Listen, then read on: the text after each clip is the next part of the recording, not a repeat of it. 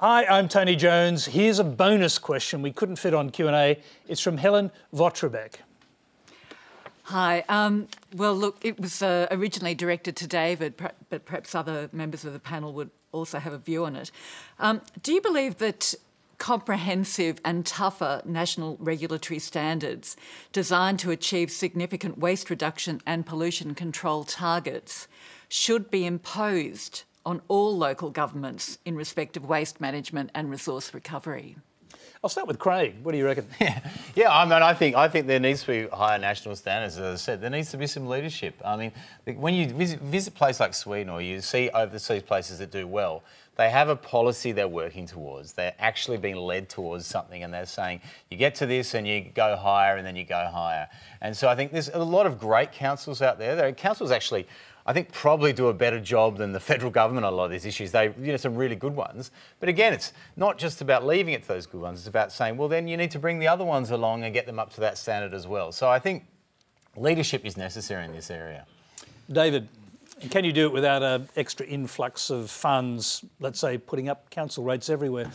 We can, because there's $1 billion a year going in waste taxes into state governments. Well, most of them, Queensland's about to start one. So there's ample money, I believe, to be able to bring about the transformation. We've just got to get the state treasurers to get the chequebook out and blow the cobwebs off it.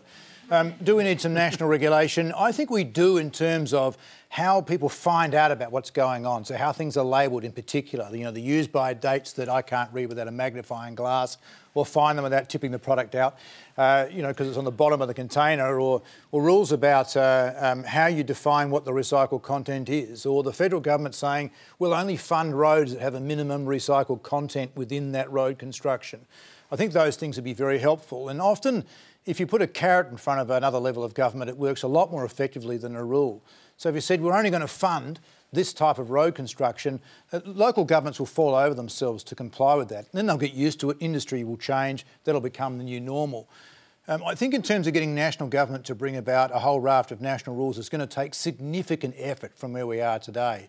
They're not engaged in this very much at all.